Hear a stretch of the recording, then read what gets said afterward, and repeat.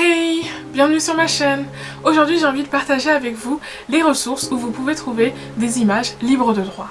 Alors pour ceux qui ne le sauraient pas, je réalise plusieurs couvertures de livres dans mon temps libre que je partage sur mon graphic book. Sur cette chaîne, j'ai déjà réalisé plusieurs vidéos où j'expliquais comment je réalisais certaines couvertures. Je les mettrai en lien quelque part là si vous voulez y jeter un œil. Ceux d'entre vous qui ont déjà vu ces vidéos doivent le savoir, je travaille avec des images libres de droit. Et donc, plusieurs d'entre vous m'ont déjà demandé où est-ce que je trouve ces images. C'est pour ça qu'aujourd'hui j'ai décidé de partager avec vous 3 ressources où vous pouvez trouver des images libres de droit.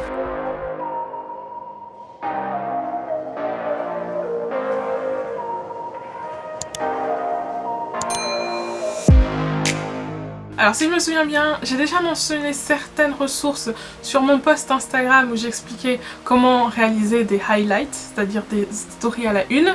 Vous pouvez y jeter un œil si vous avez envie et que vous avez Instagram. Ici, je veux surtout avoir l'approche de quelqu'un qui recherche des images libres de droit pour faire des couvertures de livres. Donc, toutes les ressources que je vais citer dans cette vidéo sont des endroits où on retrouve des images libres de droit, que ce soit pour une utilisation personnelle ou commerciale. Elles sont donc toutes gratuites et vous pouvez vous en servir pour réaliser d'autres créations. Je vais donc graduellement lister avec à la fin la ressource que je recommanderais le plus. Donc je vous suggère vivement de regarder jusqu'au bout. Première ressource, le site web ISO République. Alors sur ce site web, on trouve de multiples photos en tout genre, comme vous pouvez le voir. Je vais faire 2-3 recherches pour vous montrer. Le gros plus de ce site web, c'est que les photos sont très pro, on dirait de la photographie de professionnel. C'est un contenu qui est vraiment inspirant, presque à la façon Pinterest. Et un autre gros avantage de ce site web, c'est qu'il n'y a pas besoin de se créer un compte pour télécharger les photos. Les petits moins, éventuellement, c'est que les mots-clés doivent être en anglais. J'ai aussi remarqué qu'il y avait moins de photos que sur les autres ressources que j'utilise, notamment quand on devient trop spécifique. Donc c'est pour ça que pour moi, cette ressource, c'est plus pour avoir de l'inspiration. Pour moi, la recherche de mots-clés donne surtout des concepts, des univers, des moods, comme j'aime bien dire. C'est une ressource que j'aime bien utiliser pour les mood boards, en fait. Quand je fais une couverture de livre, vous le savez déjà si vous avez vu la vidéo que je mettrai quelque part ici, j'aime bien réaliser des mood boards pour avoir un visuel graphique, pour avoir une idée en fait de à quoi va ressembler la couverture.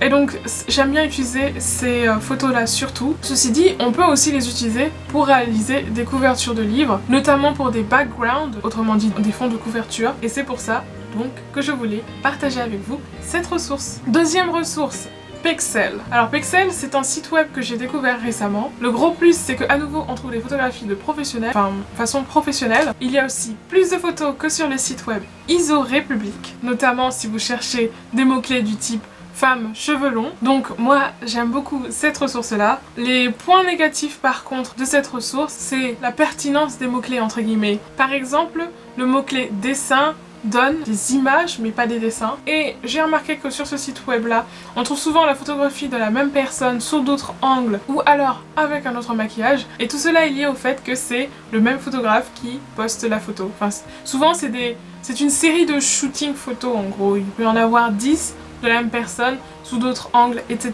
etc.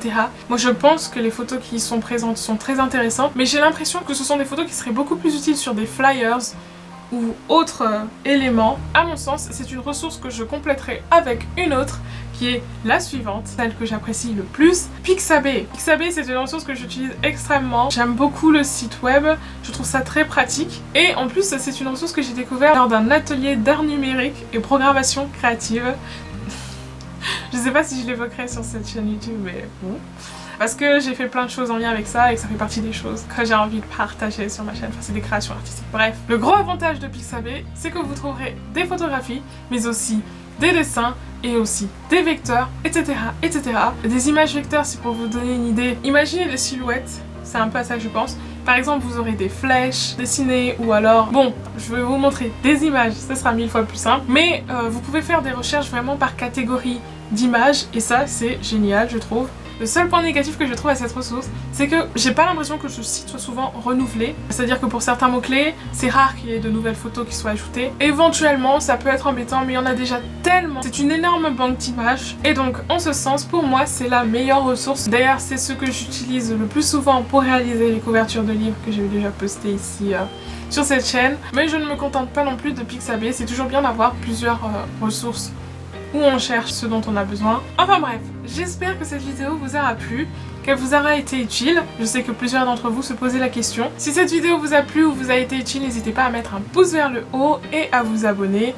Je compte faire une vidéo un peu du type comment faire une couverture de livre pour débutants, c'est-à-dire sans Photoshop, ou un truc du même genre. Si vous voulez que je parle d'un sujet en particulier en lien avec la réalisation de couverture de livre ou en lien avec autre chose, n'hésitez pas à me le demander en commentaire, je serais ravie de faire une vidéo à ce sujet. Donc c'est tout pour moi. Moi je vous dis à bientôt dans une autre vidéo. Bye!